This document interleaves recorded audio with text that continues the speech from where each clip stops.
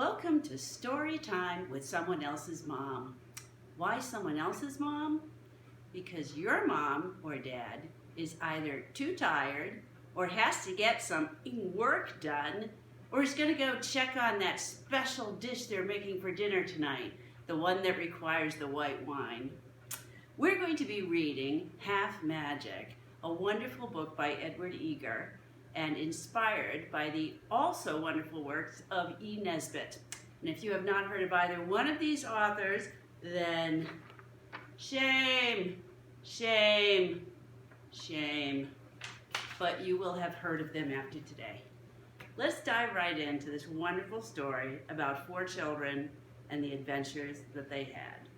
Half Magic by Edward Eger. Chapter 1, How It Began. It began one day in summer about 30 years ago, and it happened to 4 children.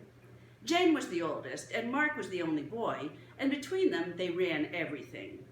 Catherine was the middle girl, of docile disposition and a comfort to her mother. She knew she was a comfort and docile because she'd heard her mother say so. And the others knew she was too by now, because ever since that day, Catherine would keep boasting about what a comfort she was and how docile, until Jane declared she would utter a piercing shriek and fall over dead if she heard another word about it. This will give you some idea of what Jane and Catherine were like. Martha was the youngest, and very difficult. The children never went to the country or lake in the summer the way their friends did, because their father was dead and their mother worked very hard on the other newspaper, the one almost nobody on the block took. A woman named Miss Bick came in every day to care for the children, but she couldn't seem to care for them very much, nor they for her. And she wouldn't take them to the country or lake. She said it was too much to expect, and the sound of waves affected her heart. Clear Lake isn't the ocean. You can hardly hear it, Jane told her. It would attract lightning, Miss Bick said, which Jane thought cowardly, besides being unfair arguing. If you're going to argue, and Jane usually was, you want people to line up all of their objections at a time. Then you can knock them all down at once. But Miss Bick had always been shy. Still, even without the country or lake, the summer was a fine thing, particularly when you were at the beginning of it, looking ahead into it. There would be months of beautifully long, empty days, and each other to play with, and the books from the library. In the summer, you could take out 10 books at a time instead of 3, and keep them a month instead of 2 weeks. Of course, you could only take 4 of the fiction books, which were the best, but Jane liked plays, and they were nonfiction, and Catherine liked poetry, and that was nonfiction, and Martha was still the age for picture books, and they didn't count as fiction, but were often nearly as good. Mark hadn't found out yet what kind of nonfiction he liked, but he was still trying. Each month he would carry home his 10 books and read the 4 good fiction ones in the first 4 days, and then read 1 page each from the other 6, and then give up. Next month he would take them back and try again. The nonfiction books he tried were mostly called things like When I Was a Boy in Greece or Happy Days on the Prairie, things that made them sound like stories, only they weren't. They made Mark furious. It's being made to learn things not on purpose. It's unfair, he said. It's sly. Unfairness and slyness the 4 children hated above all. The library was 2 miles away, and walking there with a lot of heavy, already read books was dull, but coming home was splendid, walking slowly, stopping from time to time on different strange front steps digging into the different books. One day, Catherine, the poetry lover, tried to read Evangeline out loud on the way home, and Martha sat right down on the sidewalk after 7 blocks of it and refused to go a step farther if she had to hear another word of it. I will tell you all about Martha. After that, Jane and Mark made a rule that nobody could read bits out loud and bother the others. But this summer, the rule was changed. This summer, the children had found some books by a writer named E. Nesbit. Surely the most wonderful books in the world. They read every one that the library had right away, except a book called The Enchanted Castle, which had been out. And now yesterday, The Enchanted Castle had come in, and they took it out. And Jane, because she could read fastest and loudest, read it out loud all the way home. And when they got home, she went on reading. And when their mother came home, they hardly said a word to her. And when dinner was served, they didn't notice a thing they ate. Bedtime came at the moment when the magic ring in the book changed from a ring of invisibility to a wishing ring. It was a terrible place to stop, but their mother had one of her strict moments, so stop they did. And so naturally, they all woke up even earlier than usual this morning, and Jane started right in reading out loud and didn't stop till she got to the end of the last page. There was a contented silence when she closed the book, and then, after a little, it began to get discontented. Martha broke it, saying what they were all thinking. "Why don't things like that ever happen to us?" "Magic never happens, not really," said Mark, who was old enough to be sure about this. "How do you know?" asked Catherine, who was nearly as old as Mark, but not nearly so sure about anything. "Only in fairy stories." "It wasn't a fairy story. There weren't any dragons or witches or poor woodcutters, just real children like us." They were all talking at once now. "They aren't like us. We're never in the country for the summer and walk down strange roads and find castles. We never go to the seashore and meet mermaids and sand fairies, or go to our uncle's, and there's a magic garden. If the Nesbit children do stay in the city, it's London, and that's interesting. And then they find phoenixes and magic carpets. Nothing like that ever happens here." "There's Mrs. Hudson's house," Jane said. "That's a little like a castle." "There's the Miss Kings's garden." "We could pretend." It was Martha who said this, and the others turned on her. "Beast! Spoil sport!" Because, of course, the only way pretending is any good is if you never say right out that that's what you're doing. Martha knew this perfectly well, but in her youth she sometimes forgot. So now Mark threw a pillow at her, and so did Jane and Catherine, and in the excitement that followed, their mother woke up, and Miss Bick arrived and started giving orders, and all was flotsam and jetsam, in the poetic words of Catherine. 2 hours later, with breakfast eaten, Mother gone to work, and the dishes done, the 4 children escaped at last and came out into the sun. It was fine weather, warm and blue-skied and full of possibilities, and the day began well, with a glint of something metal in a crack in the sidewalk. "Dibs on the nickel," Jane said, and scooped it into her pocket with the rest of her allowance still jingling there unspent. She would get round to thinking about spending it after the adventures of the morning. The adventures of the morning began with promise. Mrs. Hudson's house looked quite like an enchanted castle, with its stone wall around and iron dog on the lawn. But when Mark crawled into the peony bed and Jane stood on his shoulders and held Martha up to the kitchen window, all Martha saw was Mrs. Hudson mixing something in a bowl. "Eye of newt and toe of frog, probably," Catherine thought, but Martha said it looked more like simple one-egg cake. And then when one of the black ants that live in all the peony beds bit Mark, he dropped Jane and Martha with a crash, and nothing happened except Mrs. Hudson's coming out and chasing them with a broom the way she always did and saying she'd tell their mother. This didn't worry them much because their mother always said it was Mrs. Hudson's own fault, that people who had trouble with children brought it on themselves, but it was boring. So then the children went farther down the street and looked at the Miss Kings's garden.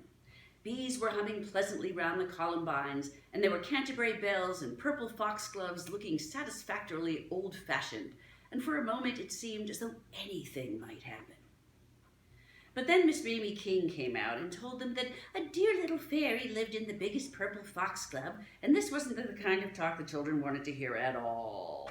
They stayed only long enough to be polite before trooping dispiritedly back to sit on their own front steps. They sat there and couldn't think of anything exciting to do, and nothing went on happening. And it was then that Jane was so disgusted that she said right out loud she wished there'd be a fire. The 3 others looked shocked at hearing such wickedness, and then they looked more shocked at what they heard next. What they heard next was a fire siren. Fire trucks started tearing past, the engine puffing out smoke the way it used to do in those days, the chief's car, the hook and ladder, the chemicals. Mark and Catherine and Martha looked at Jane, and Jane looked back at them with wild wonder in her eyes. Then they started running. The fire was 8 blocks away, and it took them a long time to get there because Martha wasn't allowed to cross streets by herself and couldn't run fast yet like the others, so they had to keep waiting for her to catch up at all the corners. And when they finally reached the house where the trucks had stopped, it wasn't the house that was on fire. It was a playhouse in the backyard, the fanciest playhouse the children had ever seen, 2 stories high with dormer windows. You all know what watching a fire is like. The glory of the flames streaming out through the windows, the wonderful moment when the roof falls in, or even better if there's a tower and it falls through the roof.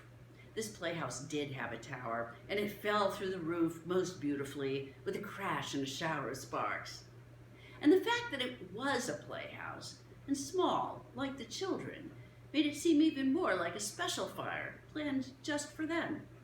And the little girl the playhouse belonged to turned out to be an unmistakably spoiled and unpleasant type named Guinevere, with long golden curls that had probably never been cut, so that was all right. And furthermore, the children overheard her father say he'd buy her a new playhouse with the insurance money. So altogether, there was no reason for any but feelings of the deepest satisfaction in the breasts of the 4 children as they stood breathing heavily and watching the firemen deal with the flames, which they did with that heroic calm typical of fire departments the world over. And it wasn't until the last flame was drowned and the playhouse stood there a wet and smoking mess of ashes and charred boards that guilt rose up in Jane and turned her joy to ashes too. "Oh, what you did," Martha whispered at her. "I don't want to talk about it," Jane said. But she went over to a woman who seemed to be the nurse of the golden-haired Guinevere and asked how it started. "All of a piece it went up like the 4th of July as ever was," said the nurse. "And it's my opinion," she added, looking at Jane very suspiciously, "that it was set. What are you doing here, girl?" Jane turned right around and walked out of the yard, holding herself as straight as possible and trying to keep from running. The other 3 went after her. "Is Jane magic?" Martha whispered to Catherine. "I don't know. I think so," Catherine whispered back. Jane glared at them. They went for 2 blocks in silence. "Are we magic too?" "I don't know. I'm scared to find out." Jane glared. Once more silence fell. But this time Martha couldn't hold herself in for more than half a block. "Will we be burnt as witches?" Jane whirled on them furiously. "I wish," she started to say. "Don't!" Catherine almost screamed, and Jane turned white, shut her lips tight, and started walking faster. Mark made the others run to catch up. "This won't do any good. We've got to talk it over," he told Jane. "Yes, talk it over," said Martha, looking less worried. She had great respect for Mark, who was a boy and knew everything. "The thing is," Mark said, "was it just an accident, or did we want so much to be magic we got that way somehow? The thing is, each of us ought to make a wish. That'll prove one way or the other." But Martha balked at this. You could never tell with Martha. Sometimes she would act just as grown up as the others, and then suddenly she would be a baby. Now she was a baby. Her lip trembled, and she said she didn't want to make a wish, and she wouldn't make a wish, and she wished they'd never started to play this game in the first place. After consultation, Mark and Catherine decided this could count as Martha's wish, but it didn't seem to have come true, because if it had, they wouldn't remember any of the morning, and yet they remembered it all too clearly. But just as a test, Mark turned to Jane. "What have we been doing?" he asked. "Watching a fire," Jane said bitterly, and at that moment the fire trucks went by on their way home to the station to prove it. So then Mark rather depressedly wished his shoes were 7-league boots, but when he tried to jump 7 leagues, it turned out they weren't. Catherine wished Shakespeare would come up and talk to her. She forgot to say exactly when she wanted this to happen, but after they waited a minute and he didn't appear, they decided he probably wasn't coming. So it seemed that if there was any magic among them, Jane had it all. But try as they might, they couldn't persuade Jane to make another wish, even a little safe one. She just kept shaking her head at all their arguments, and when argument descended to insult, she didn't say a word, which was most unlike Jane. When they got home, she said she had a headache and went out to the sleeping porch and shut the door. She wouldn't even come downstairs for lunch, but stayed out there alone all afternoon, moodily eating a whole box of social tea biscuits and talking to Carrie, the cat. Miss Bick despaired of her. When their mother came home, she knew something was wrong, but being an understanding parent, she didn't ask questions. At dinner, she announced she was going out for the evening. Jane didn't look up from her brooding silence, but the others were interested. The children always hoped their mother was going on exciting adventures, though she seldom was. Tonight she was going to see Aunt Grace and Uncle Edwin. Why? Mark wanted to know. They were very kind to me after your father died. They have been very kind to you. Useful presents, Mark was scornful. Will Aunt Grace say, just a little chocolate cake, best you ever tasted, I made it myself? Catherine wanted to know. You shouldn't laugh at your Aunt Grace. I don't know what your father would say. Father laughed at her too. It isn't the same thing. Why? This kind of conversation was always very interesting to the children and could have gone on forever so far as they were concerned, but somehow no grown-ups ever seemed to feel that way about conversations. Their mother put a stop to this one by leaving for Aunt Grace's. When she had gone, things got strange again. Jane kept hovering in and out of the room where the others were playing a half-hearted game of flinch until everyone was driven wild. And finally, Mark burst out. Why don't you tell us? Jane shook her head. I can't. You wouldn't understand. And naturally, this made everyone furious. Just because she's magic, she thinks she's smarter, Martha said. I don't think she's magic at all. This was Catherine. Only she's afraid to make a wish and find out. I'm not. I am, Jane cried, not very clearly. Only I don't know why or how much. It's like having one foot almost asleep, but not quite. You can't use it. You can't enjoy it. I'm afraid to even think a wish. I'm afraid to think at all. If you have ever had magic powers descend on you suddenly out of the blue, you'll know how Jane felt. When you have magic powers and know it, it can be a fine feeling, like a pleasant tingling inside. But in order to enjoy that tingling, you have to know just how much magic you have and what the rules are for using it.